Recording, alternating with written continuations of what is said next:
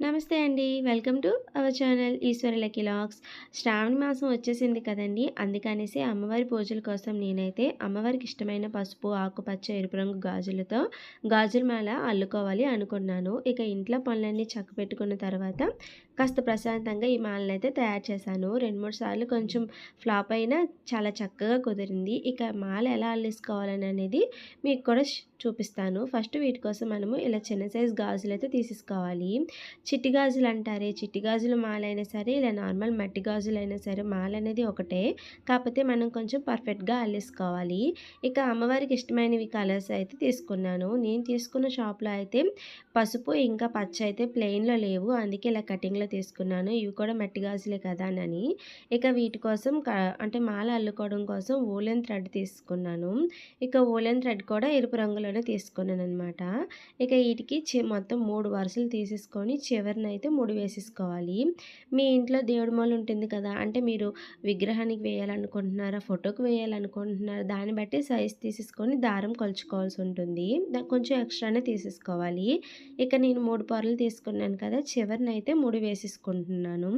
ముడి వేసేసుకొని మనం మేకుకి పెట్టుకుంటున్నాం కాబట్టి కొంచెం తాడైతే వదిలేసి ఒక గాజుకి ముడి వేసేసేయాలి, నార్మల్ ముడి. ఇక ఒక్కొక్క గాజుని పెట్టుకుంటూ మాలలా అల్లుకోవాలి. ఫస్ట్ 3 గాజులు నేను కొంచెం ఫాస్ట్‌లో పెట్టేశాను. కానీ ఎలా అల్లుకోలేక చూపిస్తాను. ముడి వేసుకున్న తర్వాత పక్క గాజు నుంచి అంటే రెండో గాజు నుంచి ఇలా కింద వైపు గాజు కింద వైపు నుంచి చుట్టుకోవాలి. మళ్ళీ మీదకొచ్చేలా చుట్టుకొని ఇక్కడ మీకు వీడియోలో చూపిస్తున్నాను కదా! దాన్ని బట్టి చూసుకోండి.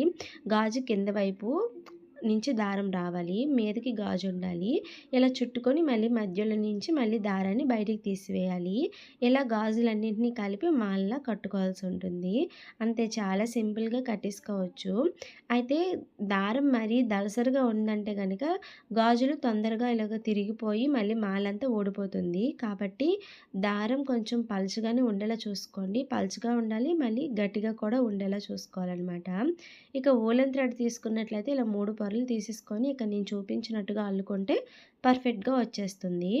గాజుల మాల పర్ఫెక్ట్‌గా రావాలంటే గనక ఇక్కడ నేను చెప్పినట్టుగా ట్రై చేసి చూడండి. పర్ఫెక్ట్‌గా వస్తుంది. నాది గ్యారంటీ. ఎందుకంటే నేను కూడా 2, 3 సార్లు కొంచెం రాంగ్ చేశాను. అందుకే దాన్ని బట్టి చెప్తున్నాను. దారం ఎంత దళసర ఉండాలి ఏంటి అని అనేసి.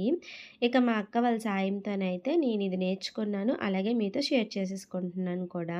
ఇక గాజుల మాల అయితే అల్లడం అయిపోయింది. ఇక చివర మాత్రం ముడి వేయడం కంపల్సరీ. ఇక్కడ దగ్గర దగ్గరగా గాజులు ఉన్నట్టు అనిపిస్తుంది కానీ మనము గాజుల్ని ఇలా మాలకి అంటే అమ్మవారి ఫోటోకి సరిపోయేలాగా అమర్చుకోవచ్చు. అవి ఈజీగా వచ్చేస్తాయి. కానీ చివర మాత్రం ఇలా ముడి వేసేసుకోవాలి గాజుకి. మనం నార్మల్‌గా ముడి వేసుకుంటాం కదా! ఫస్ట్ మీకు వేసి చూపించాను గాజుకి.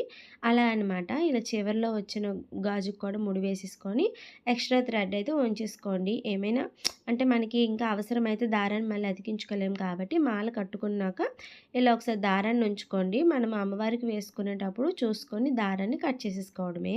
చూసారు కదా ఎంత అందంగా గాజుల మాల రెడీ అయిపోయిందో. అలాగే పూజల కోసం మనము ఇత్తడి, రాగి వస్తువులు తొందరగా క్లీన్ చేసుకోలేము కదా అప్పటికప్పుడు. సింపుల్ టిప్స్ చెప్తూ మన ఛానల్‌లో వీడియో పోస్ట్ చేశాను. అది కింద డిస్క్రిప్షన్‌లో ఇస్తాను, చూసేయండి. వీడియో నచ్చితే please like, share, subscribe. Thanks for watching. Bye.